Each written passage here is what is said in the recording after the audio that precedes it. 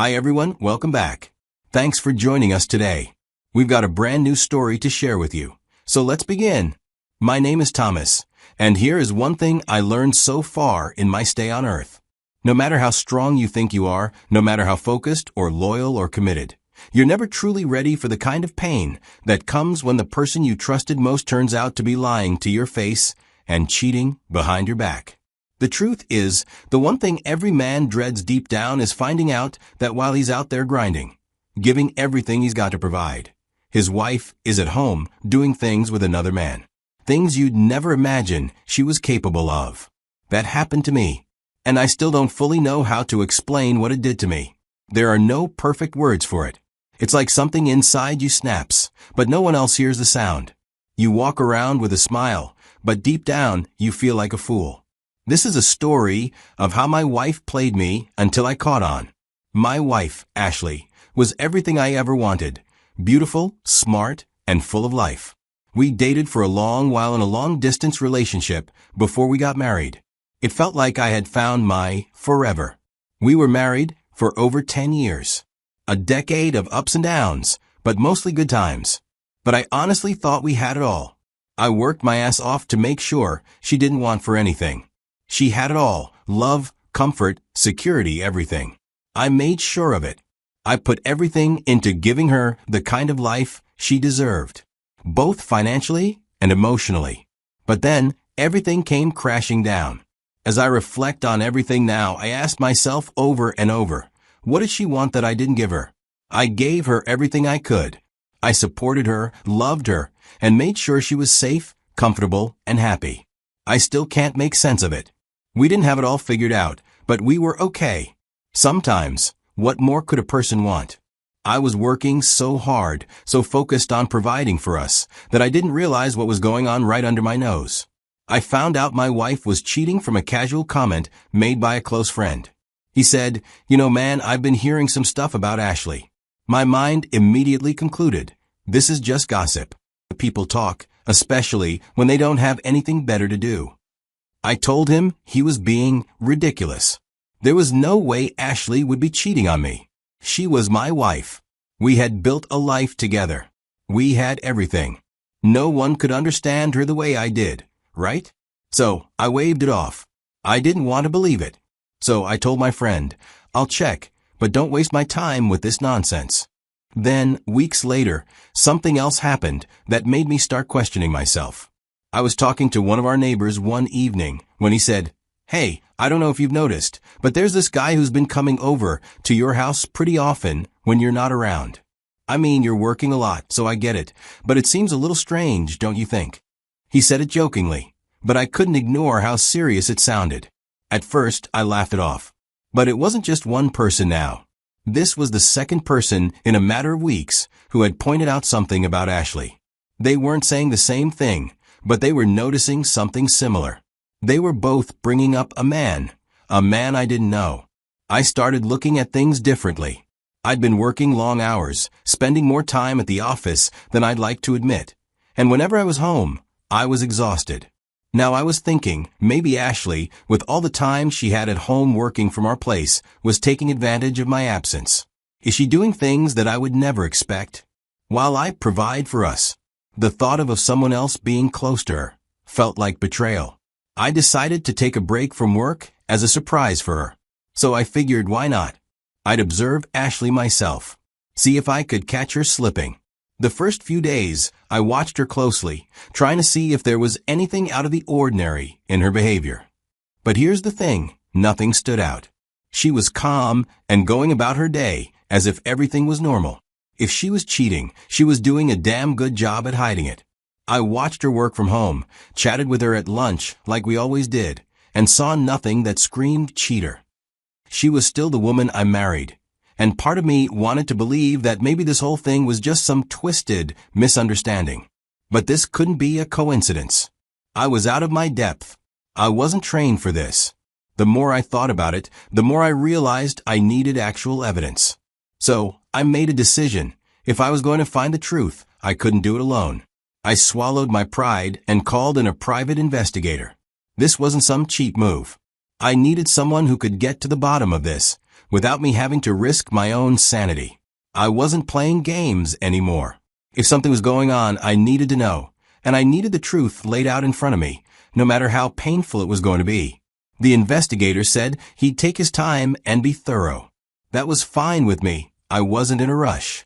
I'd been living with the uncertainty for who knows how long, so a few more days or weeks wouldn't change anything. I went back to work, putting in the hours while the investigator started doing his job. But as I sat there behind my desk, I couldn't shake the thoughts that kept flooding my mind. What if they were right? What if everything I thought I knew about my wife had been a lie? Over a month.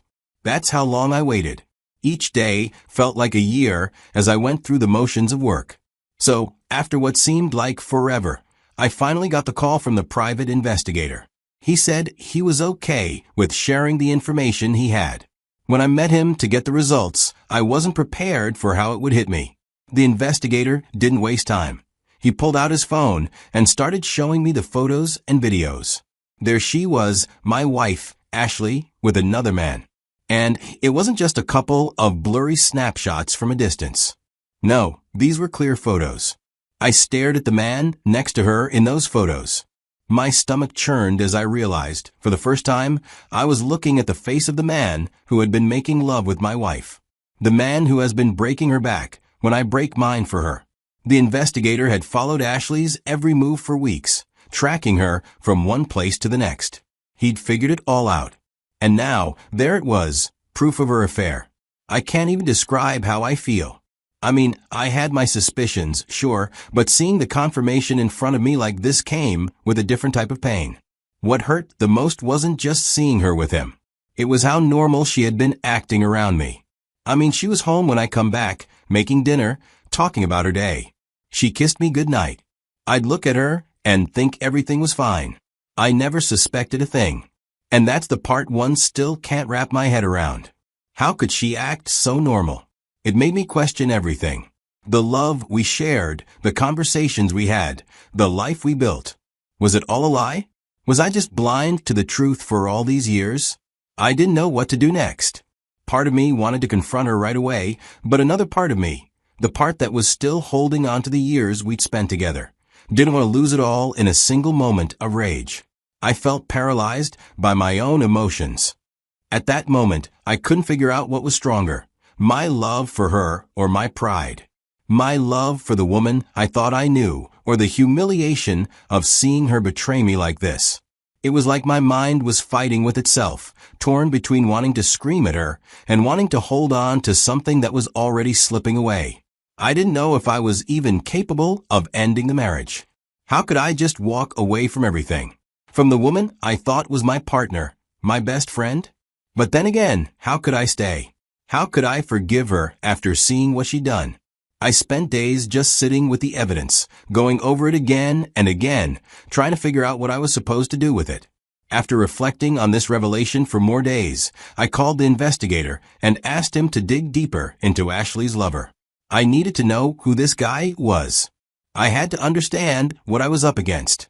The investigator took a few days to follow up, but when he finally called me, it was worse than I expected. The man's name was Michael, and he was married with a kid. His wife's name was Dorothy. She had no idea about Ashley, of course, but I was about to change that. Now, I know what you're probably thinking. Thomas, why are you getting involved in someone else's marriage? This isn't your business. And yeah, that thought crossed my mind too. I mean, I was already dealing with my own mess. But the more I thought about it, the more I realized I couldn't just sit back and do nothing. So, against my better judgment and my desire to stay out of things that weren't directly my problem, I decided to reach out to her. I didn't have to do it, but I felt like I had no other option. I arranged to meet Dorothy in a quiet park, a neutral place where we could talk. Part of me wasn't sure if I should even be doing this. But the moment she walked in, I could see a weariness in her eyes that seemed to reflect a deeper pain than I had expected. When I showed her the evidence, photos, videos, everything I had, she wasn't shocked that Michael had been cheating. She already knew that part, which shocked me. Dorothy had visible bruises on her arms, and I couldn't help but notice how recent they looked. I didn't want to jump to conclusions, but I pressed her a little bit to open up. She broke down in front of me, and for a moment I was speechless. But she didn't hold back. She told me everything about Michael's abuse. He wasn't just a cheater. He was a manipulator, a violent one at that. He had threatened her life more times than she could count. He told her that if she ever tried to leave him, he would kill her. She was living in constant fear of this man. And the worst part?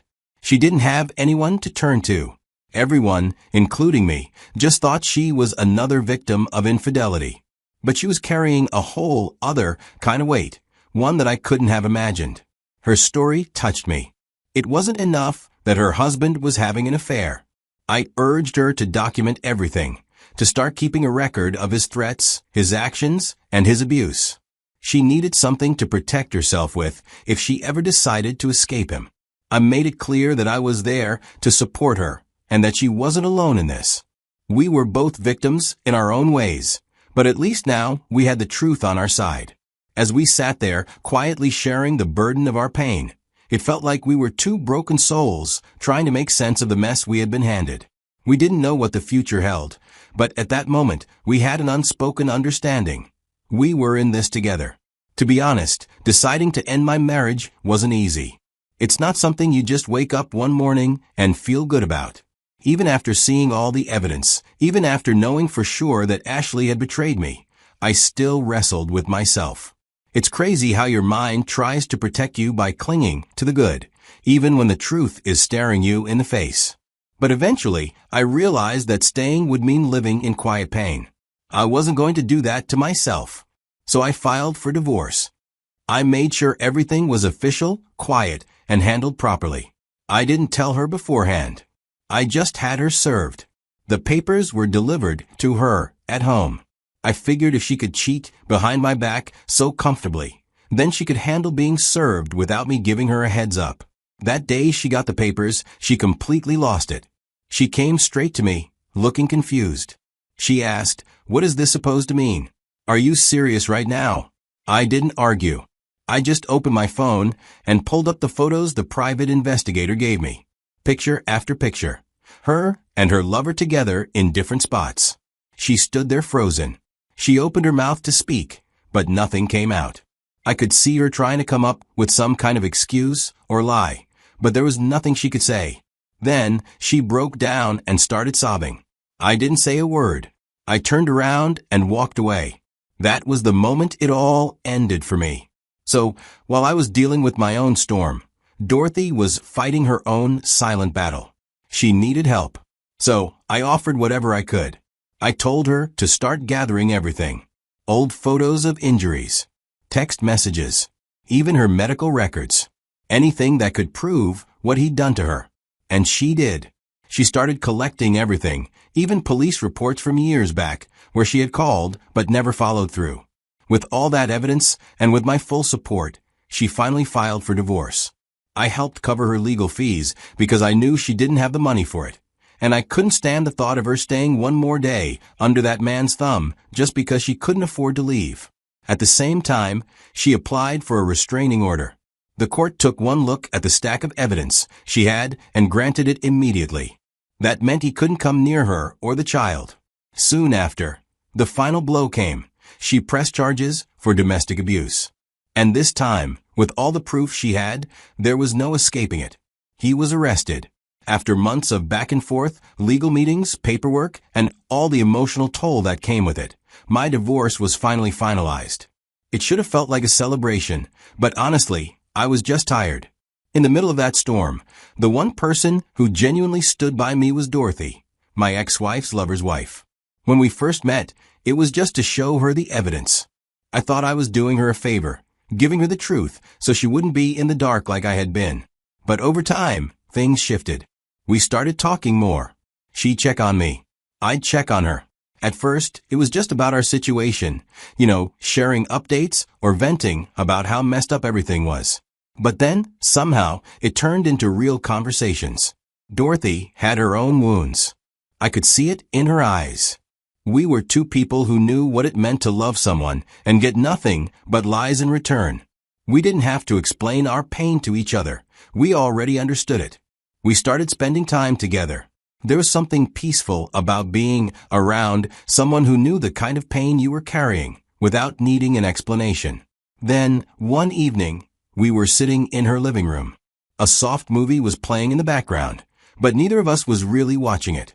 We made love. For the first time in what felt like forever, I felt wanted. It was intense, but not in the way you might think. And it was nothing like anything I ever had with Ashley. That night reminded me that even after everything, healing is possible, even if it doesn't come in the form or timing you expect. You know, I've had people ask me what's next for me and Dorothy. The truth is, I don't know. We're both trying to heal from different kinds of wounds, and we're taking it one step at a time. There's no rush, no pressure, and definitely no promises being thrown around. I like it that way because for once in a long time, things feel real. And honestly, even if Dorothy and I never become anything more than friends, that's okay. What matters to me is that I know I'm never going back to Ashley. That door is closed, locked, and bricked up for good. Looking back, I've learned a few hard lessons. Betrayal doesn't always shout. You don't always notice the cracks in your home until the whole thing comes crashing down around you. Now I want to ask you, what would you have done if you were in my shoes? Would you have handled things differently? Do you think people like Ashley and the man she cheated with ever truly regret what they did? Or do they just move on like nothing happened? Let me know in the comments. I read everything you guys write, and your thoughts always give me something to think about. Thanks for watching, for listening, for sharing, and for reflecting with me. I appreciate you all.